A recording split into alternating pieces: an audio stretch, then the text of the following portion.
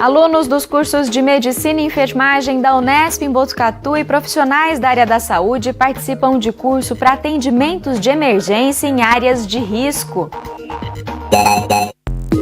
Foram 24 horas de treinamento e os participantes puderam colocar em prática as técnicas mais indicadas no socorro a vítimas em regiões de difícil acesso. No estúdio, a gente recebe o professor Zeca Marques, responsável pelo GECEF, o Grupo de Estudos em Comunicação Esportiva e Futebol da Unesp em Bauru. Ele vem falar sobre um livro publicado recentemente pelo grupo, em parceria com a USP. É segunda-feira, 1º de outubro, o Unesp Notícias está no ar.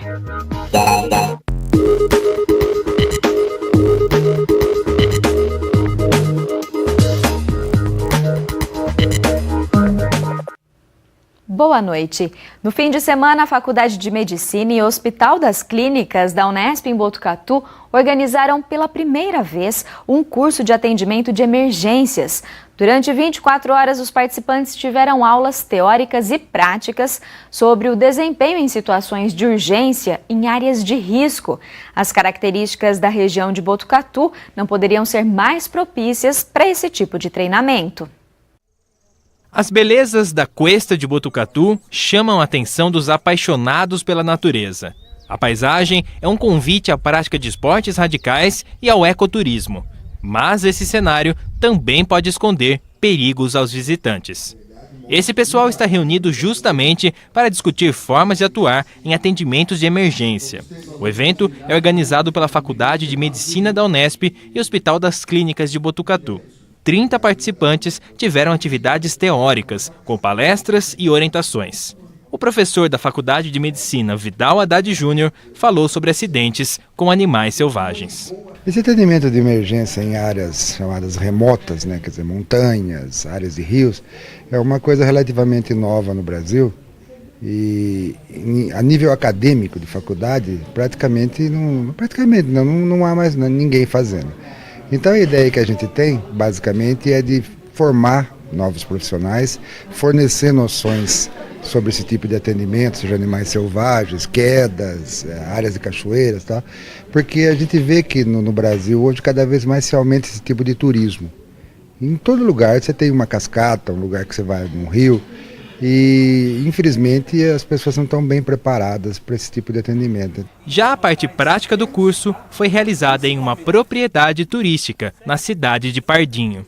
Lá os participantes, profissionais da área da saúde e estudantes dos cursos de enfermagem e medicina tiveram uma amostra de como enfrentar situações de emergência em ambientes de risco. A Ingrid sentiu na pele a dificuldade. A técnica em enfermagem quer estar preparada caso precise atuar em casos mais complexos na unidade de saúde onde trabalha, em Pardinho. É mais difícil que eu esperava. Não, eu esperava que era difícil, mas está sendo bem legal, só que tem que ter bastante atenção, para conseguir fazer as coisas certinho. Para o Felipe, a experiência adquirida no curso foi uma oportunidade de unir duas paixões, a medicina e o prazer em estar ao ar livre. Durante a graduação a gente vive muito no ambiente intra-hospitalar, Então a gente vive nas enfermarias, nos postos de saúde, UTIs e pronto-socorro, Mas é tudo dentro do hospital. A gente não tem atividades fora do ambiente hospitalar, E acho legal, pelo menos assim, acredito que muitas pessoas que se formam em medicina acabam fazendo uma vez ou outra esse tipo de atividade, e se tem esse tipo de preparo, esse tipo de treinamento, acaba se capacitando, para ajudar caso ocorra algum tipo de acidente como esse, Todas as atividades foram pensadas pelo time de resposta rápida do Hospital das Clínicas, criado neste ano para o atendimento de emergências. O time de resposta rápida, ele funciona 24 horas por dia, os 7 dias da semana lá no Hospital das Clínicas. A gente tem a base no pronto-socorro referenciado, é um serviço criado pelo Departamento de Clínica Médica, Ele funciona com uma equipe de profissionais médicos e profissionais enfermeiros com treinamento específico para atendimento em parada cardiorrespiratória e as emergências as condições clínicas que podem ocasionar uma parada cardiorrespiratória. Então a ideia que nós temos com esse tipo de atividade é exatamente levar esse tipo de conhecimento, é treinar esses profissionais a trabalharem nessas áreas para que as pessoas que eventualmente que estejam inseridas numa situação de emergência em ambientes com poucos recursos tenham um melhor atendimento e tenham uma condição um pouco melhor de chegar até o ambiente hospitalar e ser atendido da melhor maneira possível.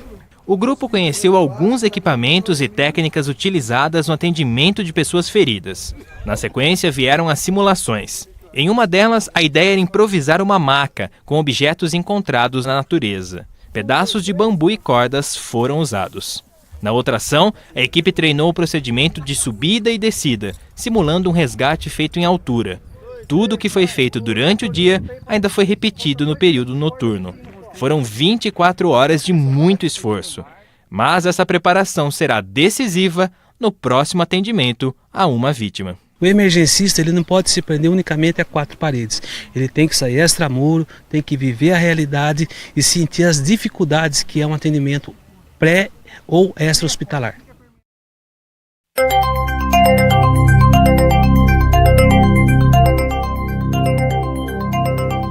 Depois de um domingo chuvoso, o tempo volta a ficar estável aqui na nossa região, mas é por pouco tempo. Já tem previsão de chuvas a partir da quarta-feira. Vamos conferir os detalhes no boletim do IPMET. Hoje o tempo já está começando a melhorar, né? E a partir de amanhã a gente já tem um tempo, digamos, com mais estabilidade, o sol aparecendo com mais força, pouca nebulosidade, principalmente aqui no interior do estado. A faixa leste, litoral, capital ali ainda fica sujeito um pouco de chuvas isoladas no decorrer do dia.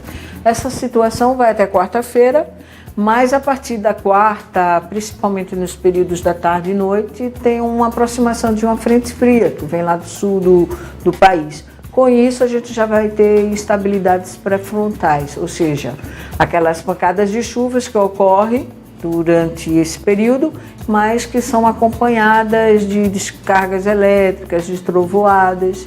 E na quinta-feira nós temos a passagem dessa frente fria, né, que vai causar um aumento da nebulosidade e também chuvas em algumas regiões do estado. Para Bauru, a gente espera chuva a partir da tarde da quarta, na quinta e possivelmente também alguma pancada na sexta, só que a tendência na sexta é ir gradativamente melhorando.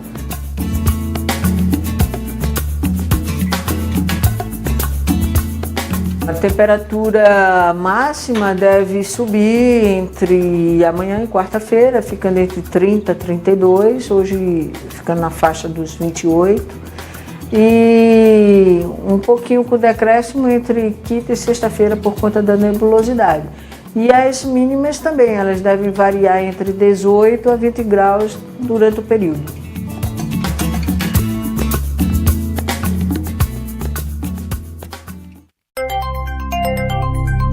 Nesta terça-feira, o sol volta a aparecer com mais força no estado de São Paulo, mas nas regiões sul e leste ainda ocorrem variação da nebulosidade e chuvas isoladas no decorrer do dia. Em Bauru, a previsão também é de sol e temperaturas em elevação. Neste momento, a umidade do ar está em 55% e os ventos são de 4 km por hora. A temperatura variou hoje entre 18 e 29 graus. Para amanhã, mínima de 19 e máxima de 30 graus.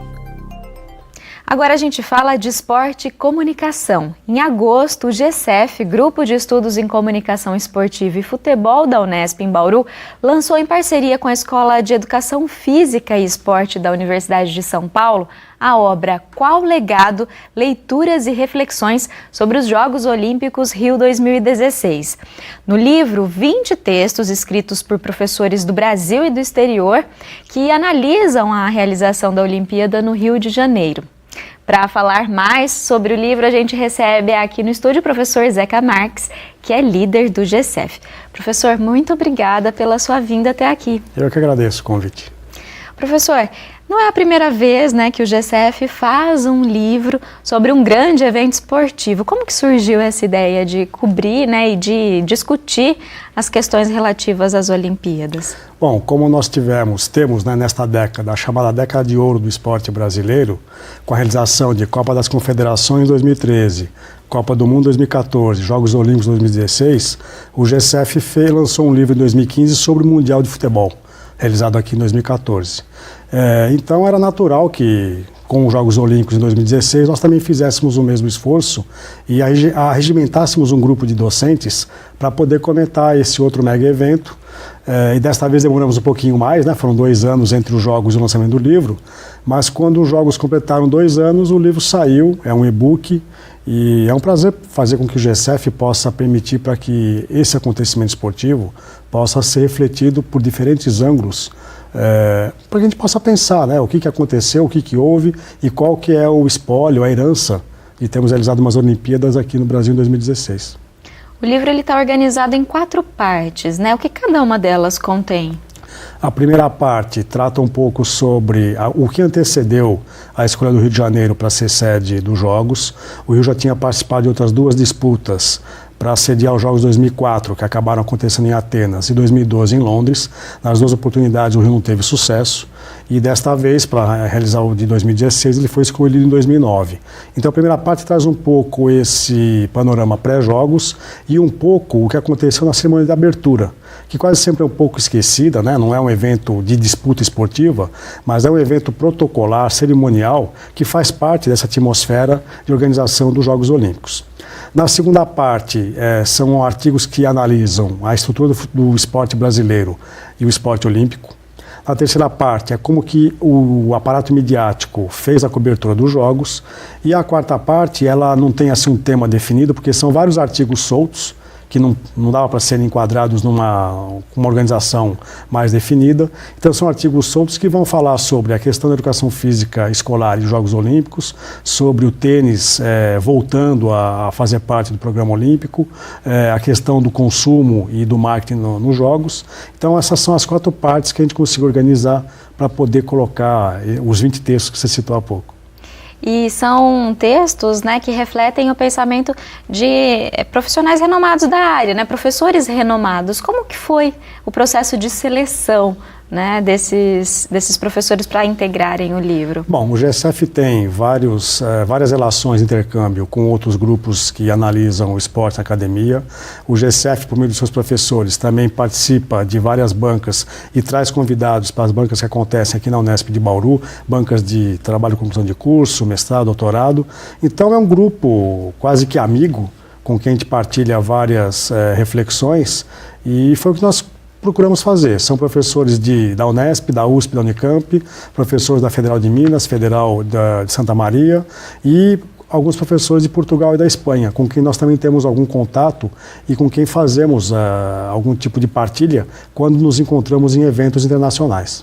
E professor, que contribuições esse tipo de publicação traz para o grupo, para os alunos que participam deles e até para vocês, né, professores que integram o GCF? Eu acho que é dever da academia conseguir fazer com que as pessoas reflitam sobre alguma realidade a partir de um olhar que não é o olhar corriqueiro do mercado, o olhar do dia a dia. Então acho que é dever da academia fornecer novas chaves de interpretação para aquela realidade que nos circunda. E os Jogos Olímpicos são um evento que modificou o panorama social do Brasil, econômico, político. Então acho que é dever a gente poder oferecer esse tipo de contribuição para que alunos, docentes, pesquisadores, para que a sociedade de forma geral possa enxergar para esse evento e começar a ligar os pontos para tentar entender o que aconteceu aqui de fato. E já que está lá no título do livro, né, qual que é o legado? Dá para a gente falar um pouquinho, né, o que vocês chegaram à conclusão? Qual que é esse legado dos Jogos Olímpicos? Dá para fazer um jogo de palavras, houve um negado em vez de legado, mas eu até digo na introdução do livro que a palavra legado surgiu de repente para falar de jogos, para falar do esporte no Brasil, nos Jogos Pan-Americanos 2007, também no Rio de Janeiro. E eu brinco que, na verdade, a palavra legado eu conhecia do livro Memórias Póstumas de Brás Cubas, do Machado de Assis, quando ele encerra o romance dizendo: não tive filhos, não transmiti a ninguém o legado da nossa miséria. Então essa para mim é a melhor acepção da palavra legado, que ficou muito desgastada para se falar de herança do que os jogos poderiam trazer para o Brasil. Eu acho que o fato de a gente perceber que o estado do Rio de Janeiro é um estado hoje falido, com vários problemas sociais, de violência, de administração, mostra um pouco qual que foi a herança que os jogos deixaram para o Brasil e para a cidade do Rio de Janeiro. Bom, então, quem ficou interessado, o livro Qual Legado? Leituras e reflexões sobre os Jogos Olímpicos Rio 2016 pode ser baixado gratuitamente no site da editora Cultura Acadêmica, que aparece aqui no vídeo. Professor, foi um prazer conversar com você hoje. Muito obrigada. Até a próxima. Até. O Nesp Notícias fica por aqui. Acompanhe a nossa programação pelo nosso canal no YouTube e pelas nossas redes sociais. Uma boa noite para você e até amanhã.